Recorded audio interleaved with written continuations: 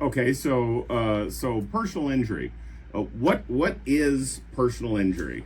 So yeah, go ahead. Well, I mean, simply it's an injury to yourself, to your person that's been caused by some other party that wrongfully harmed you. And personal injury law and personal injury attorneys seek out to achieve compensation for that loss.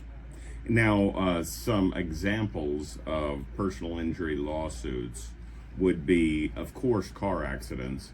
So if you get into a car accident and you need some help, you would call your law firm. Yeah, you'd call the Devkota Law Firm and we'd help you out. Now, personal injury is a very broad area of law, and there's so many subcategories, but I think the most common one that everybody's aware of is personal injury automobile accidents, because it is the most common injury suffered by the population.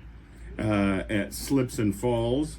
Slips and falls are also a common, less common than automobile accidents, but yeah, if you are on a premise, slip and falls or premise liability is basically any type of injury that you would suffer as a business invitee in a place of business.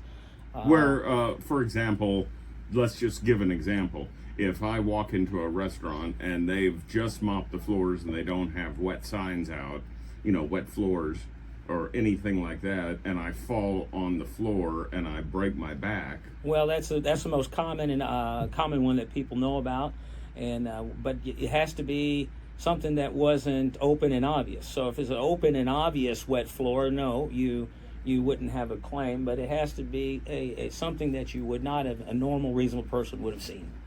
And then we see a lot of commercials up on the, we see a lot of commercials everywhere, at least I see them, medical malpractice.